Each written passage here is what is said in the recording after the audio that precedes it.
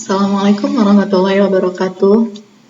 Masih di perkuliahan manajemen data. Kali ini kita akan belajar tentang bagaimana mengetahui apakah data yang kita miliki itu distribusi datanya normal atau tidak. Di sini ada beberapa metode untuk mengetahui distribusi data tersebut. Ada cara secara deskriptif, yaitu kita dengan menampilkan grafik, lalu deskriptif dengan cara menghitung, dan juga dengan melakukan uji statistik. Nah, untuk cara deskriptif atau grafikal ini ada beberapa macam cara, yaitu dengan menampilkan histogram, box plot, normal QQ plot, trended QQ plot. Nah, di sini nanti ada kriterianya bagaimana data tersebut disebut normal atau tidak distribusinya. Sementara kalau untuk yang dengan cara menghitung, kita menghitung beberapa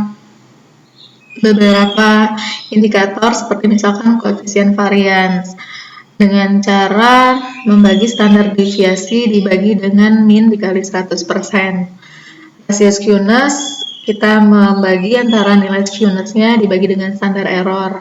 Sementara kalau rasio kurtosis kita bagi nilai kurtosisnya dengan standar error. Nah, untuk uji statistik di sini ada dua macam, Kolmogorov-Smirnov dan Shapiro-Wilk. Perbedaannya adalah di jumlah sampel. Kalau kita memiliki jumlah sampel yang lebih dari sama dengan 50, itu kita dianjurkan menggunakan uji yang Kolmogorov-Smirnov. Sementara kalau untuk yang kurang dari, ya kita menggunakan Shapiro-Wilk. Nah, kita akan coba gunakan SPSS untuk melihat distribusi tersebut dengan mengeluarkan beberapa parameter ini. Nanti kita lihat kriterianya. Kita coba masuk ke data yang dimiliki oleh mahasiswa sekalian, yaitu nama filenya mandat IKN Unja. Kita mulai. Setelah data kita buka di SPSS, kita akan mulai memeriksa normalitas datanya dengan mengakses menu Analyze, lalu kita pilih Descriptive Statistik, lalu kita pilih Explore. Nah, di sini kita diminta untuk memilih variabel apa yang akan kita uji normalitas datanya. Jadi ingat, yang bisa kita lakukan uji normalitas data atau kita lihat normalitas datanya adalah variabel yang kategori yang jenis datanya itu adalah numerik. Misalkan di sini usia. Usia coba kita pilih, lalu kita masukkan ke kolom dependent list. Setelah itu, pastikan display yang ada di kiri bawah itu yang terpilih adalah yang bot. Jadi kita mau menampilkan statistik dan plots-nya. Lalu untuk pilihan plots-nya, kita pastikan untuk yang bagian box plot ini yang terpilih adalah faktor level together. Sementara di kolom deskriptif, ini kita pilih yang histogram. Dan pastikan normality plot with test-nya itu tercentang seperti ini. Lalu kita pilih continue. Setelah itu, maaf sebelumnya untuk menjelaskan, di box plot kita ingin menampilkan box plot, deskriptif kita ingin menampilkan histogramnya juga. Lalu kalau normality plot with test ini untuk menampilkan nilai uji statistik kenormalan data yang tadi ada Kolmogorov, Smirnov, dan Shapiro-Wilk. Setelah semua langkah-langkah tersebut kita lakukan, pilih OK.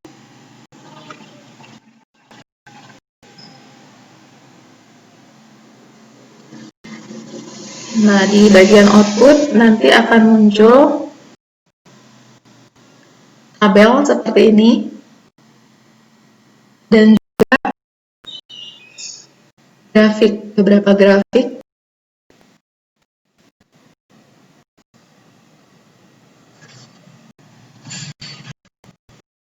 Kita mulai dulu dari tabel yang di atas.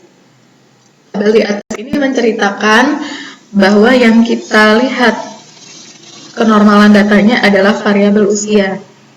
Valid ini adalah jumlah observasi yang terisi lengkap. Di sini ada 100. Missing berarti menandakan jumlah observasi yang tidak terisi atau kosong. Di sini tidak ada. Jadi dari 100 observasi kita itu semuanya terisi. Lalu di kolom deskriptif di sini kita bisa melihat beberapa nilai atau ukuran pemusatan dan ukuran sebaran. Ada mean, ada median, ada varian, standar deviasi, minimum, maksimum, lalu range, interquartile, range, skewness, dan kurtosis. Nah, di sini juga ada kolom standar error. Nah, dari nilai-nilai yang ada di sini nanti kita akan coba masukkan parameter-parameter yang tadi sudah kita sebutkan untuk melihat apakah datanya terdistribusi normal ataukah tidak. Lalu ada tabel ketiga yaitu test of normality. Nah, di SPSS ini kedua tes ini muncul.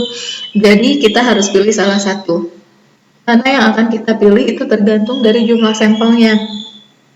Kalau jumlah sampel kita lebih dari sama dengan 50, maka yang kita pilih adalah Kolmogorov-Smirnov. Sementara kalau kurang dari 50, yang kita pilih adalah Shapiro-Wilk. Lalu yang dilihat adalah kolom sik ini.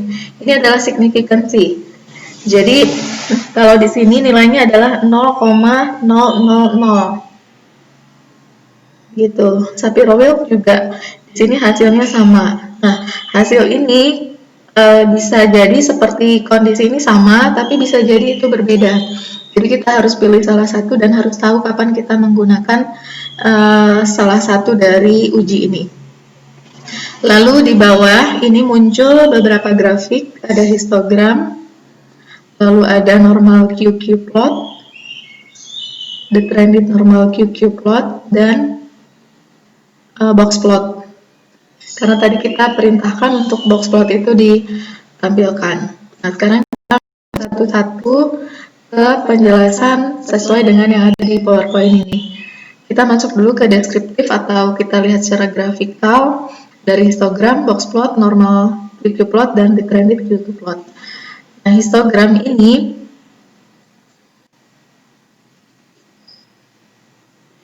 di sini terlihat batang-batangnya ya, atau histogram dari usia.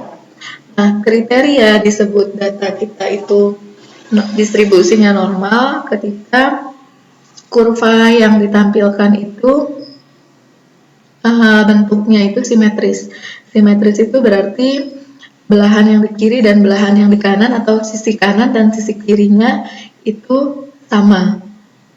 Nah, di sini kalau kita mau mengetahui apakah histogram ini memiliki kurva yang normal, sebenarnya kita coba bayangkan apakah di titik tengah dari masing-masing batang ini kalau kita hubungkan apakah distribusinya itu berbentuk normal ataukah tidak. Nah, sepertinya kalau dari gambaran ini itu tidak normal. Jadi dia menceng ke kanan, atau tailnya atau ekornya itu mengarah ke kanan, sehingga gambar kurvanya itu akan menceng ke kanan. Nah, kalau seperti ini kita bisa lihat bahwa distribusinya itu tidak normal. Nah, selanjutnya kita ke normal QQ plot. Di sini ada observed value dan expected normal. Jadi garis diagonal ini menandakan jika kita memiliki nilai tertentu, nilai yang kita amati, maka dia akan garis ini menjadi penanda ya, di mana nilai yang diharapkan. nilai yang diharapkan ketika nilai offset value kita itu distribusinya normal. Jadi kalau dot-dotnya ini atau patternnya ini ada di mendekati garis diagonal ini, berarti distribusi data kita itu normal gitu. Tapi kalau semakin menjauhi, ya kemungkinan data yang kita lihat itu adalah distribusinya tidak normal. Sebelumnya Q di sini adalah kuartil. Jadi nilai kuartil dari observasi kita itu akan dilihat apakah dia ada di mendekati nilai expected yang normal atau enggak gitu. Nah, di sini berarti kalau dari grafik normal QQ plot ini kita bisa lihat sepertinya distribusi data kita tidak normal. Lalu kita beralih sekarang ke determinate normal QQ plot. Nah, di sini juga kurang lebih seperti yang tadi ya, seperti normal QQ plot. Kalau di sini garisnya adalah garis horizontal gitu. Jadi kalau kita memiliki offset value atau nilai yang kita amati, itu garis ini akan membuat gambaran di mana nilai yang diharapkan itu jika nilai yang kita amati itu distribusinya normal. Jadi kalau semakin dia mendekati nilai offset value kita atau dots yang ada di sini mendekati garis horizontal, maka datanya itu mendekati normal gitu ya. Nah, kalau di sini tuh kita lihat ada beberapa dot yang dia menjauh dari atau tersebar jauh dari garis horizontal. Nah, kalau dari gambaran ini bisa kita lihat bahwa distribusi data kita sepertinya tidak normal. Lalu kita sekarang beralih ke box plot. Nah, seperti yang sudah kita pelajari sebelumnya, box plot ini adalah nama lainnya box and whisker plot. Jadi ini boxnya dan ini whiskernya. Nah, kriteria data yang normal kalau kita lihat dari box plot adalah pertama, jika mediannya itu ada di tengah atau mediannya itu membagi dua bagian yang sama gitu. Dia ada tepat di tengah gitu atau mendekati di tengah, itu merupakan salah satu distribusi data kita itu normal. Lalu yang kedua adalah whiskernya, kita lihat apakah panjang whisker yang di bawah dan whisker yang di atas itu sama atau kita sebut simetris. Kalau simetris itu data kita sama, dan sebaliknya jika tidak simetris maka kita curiga kalau data kita ini tidak normal. Lalu yang ketiga adalah apakah terdapat nilai outlier atau extreme outlier. Nah, kalau di sini itu terlihat ya ada dua observasi yang termasuk outlier, terlihat dari adanya bulatan di atas whisker ini. Lalu juga ada satu pengamatan yang extreme outlier yang ditandai dengan adanya tanda asterisk seperti ini. Nah, kalau seperti itu jelas distribusi data kita tidak normal. Jadi kita bisa lihat dari ketiga kriteria. Nah, kalau misalkan tidak ada outlier pun, kalau posisi mediannya tidak di tengah atau panjang whiskernya itu tidak simetris, itu bisa juga kita sebut data kita itu tidak normal. Nah, itu tadi penjelasan secara grafikal. Nah, kalau adik-adik mengamati, sebenarnya penjelasan secara grafikal ini kalau kita lihat tadi ya, banyak mengandalkan kejelian mata kita sehingga sifatnya itu subjektif. Seperti ini tadi. Jadi kalau dari pendapat para ahli, sebenarnya untuk yang grafikal ini, jika kita belum terbiasa menggunakannya, itu disarankan kita menggunakan metode yang lebih objektif. Nanti akan dijelaskan seperti apa metodenya.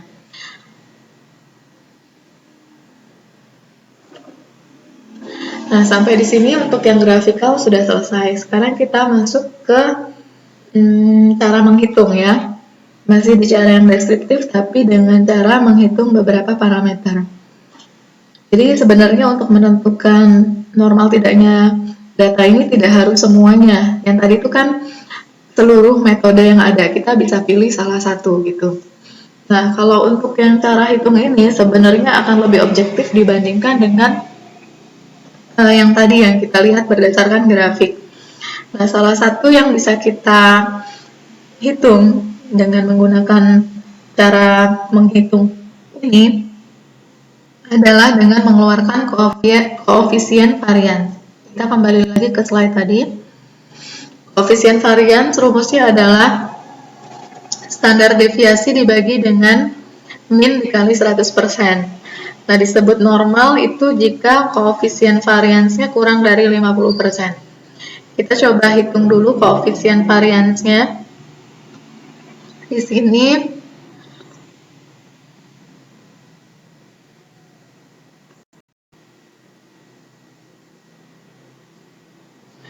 sini koefisien varians adalah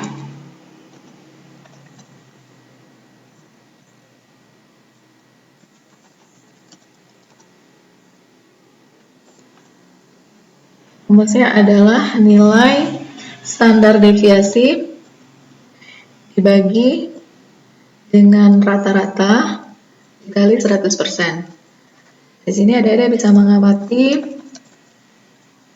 berapa nilai dari masing-masing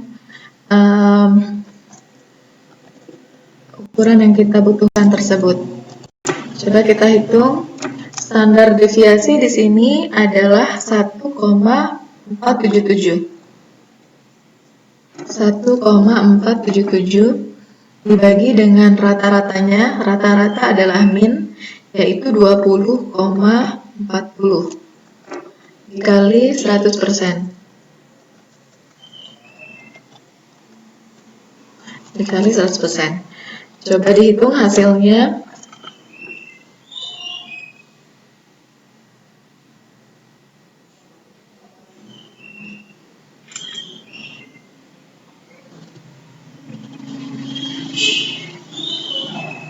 Satu koma 477 dibagi 20,40 dikali 100% sama dengan 7,24%. Nah, 7,24% ini itu kurang dari 50%. Coba kita kembali lagi ke slide. Jadi kriteria disebut sebarannya itu normal kalau nilai koefisien variansnya kurang dari 50. Nah, dari hasil perhitungan kita, nilai koefisien varians kita adalah 7,24% atau kurang dari 50%. Sehingga karena nilainya kurang dari 50%, maka bisa kita sebut distribusi data kita normal. Nah, sekarang kita ke cara yang berikutnya, yaitu menghitung rasio skewness. Nah, rasio skewness rumusnya adalah skewness dibagi standar error. Disebut normal jika nilainya itu ada di rentang minus 2 sampai dengan 2. Sekarang kita hitung rasio skewness, yaitu skewness dibagi standar error. Nah, di sini skewness-nya adalah 1,063 dibagi. Nah, standar errornya di sini kan ada 3 macam. Ada standar errornya mean, ada standar errornya skewness, ada standar errornya kurtosis. Nah, yang kita masukkan di standar error ini ya standar errornya skewness-nya gitu. Jadi 0,241. Coba kita hitung berapa hasilnya. 1,063 dibagi 0,241. Hasilnya adalah 4,41. Nah, diingat tadi sebaran kita disebut normal kalau ada di rentang minus 2 sampai dengan 2 atau plus 2. Nah, karena nilai 4,41 itu ada di luar rentang tersebut, maka kita sebut distribusi data kita itu tidak normal. Tuh. Nah, sekarang coba kita hitung juga dengan rasio kurtosis. Rumusnya adalah kurtosis dibagi standar error. Di sini nilai kurtosisnya adalah 1,899 dibagi standar errornya kurtosis yaitu 0,478. 0,478. Hasilnya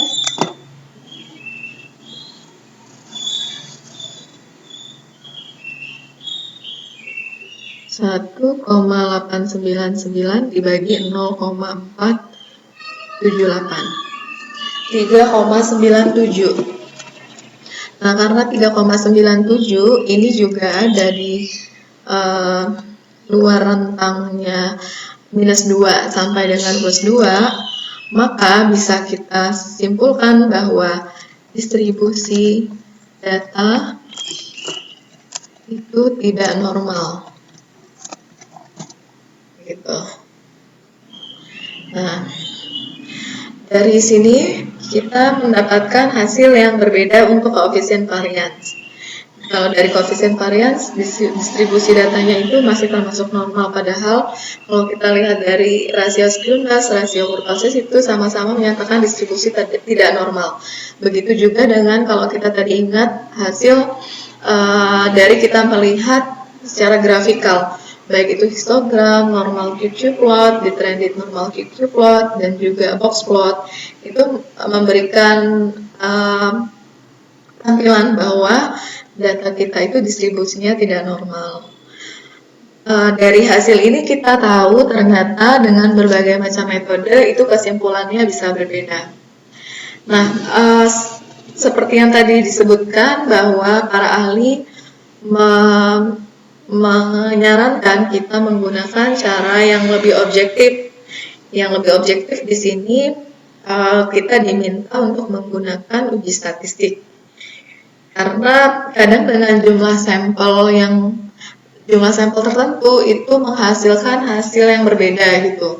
Jadi kalau dia sangat ekstrim jumlahnya itu kecil atau jumlah sampelnya itu ekstrim sangat besar, itu bisa menyebabkan perbedaan hasil. Nah, seperti yang tadi ya, Kolmogorov-Smirnov ini kita akan gunakan kalau jumlah sampel kita itu lebih dari sama dengan 50 dan Sapirowicz itu jika kurang dari 50. Nah, ini kalau kita menggunakan tes ini hasilnya akan lebih stabil ya. Nah, karena di sini jumlah pengamatan kita adalah 100, maka yang kita gunakan adalah Kolmogorov-Smirnov. Seperti tadi yang kita gunakan untuk melihat p-value-nya adalah kolom signifikansi. Di sini nilai p-value-nya adalah 0,000. Dengan kata lain,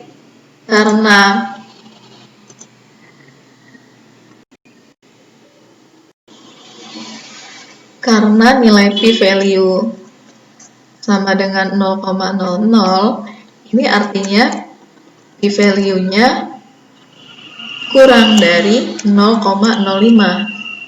Kalau kita kembali ke penjelasan tadi, kalau p-value-nya lebih dari 0,05 itu disebut sebaran data kita normal, tapi sebaliknya berarti sebaran data kita tidak normal.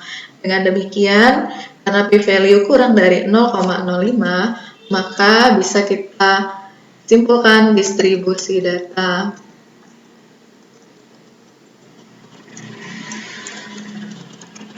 Data tidak normal. Nah, dari semua metode yang kita gunakan untuk data usia yang ada di dataset ini, ternyata menghasilkan hasil yang konsisten kecuali kalau kita menggunakan metode yang tadi menghitung koefisien varian. Nah, dari sini jadi kita bisa simpulkan ya bahwa untuk variabel usia distribusi data yang ada di dataset kita ini tidak normal. Begitu penjelasannya untuk cara mengetahui apakah data kita terdistribusi normal atau tidak. Semoga bisa dipahami dan bisa dipraktekkan untuk variabel yang lainnya. Terima kasih atas perhatiannya dan mohon maaf jika ada kesalahan. Wassalamualaikum warahmatullahi wabarakatuh.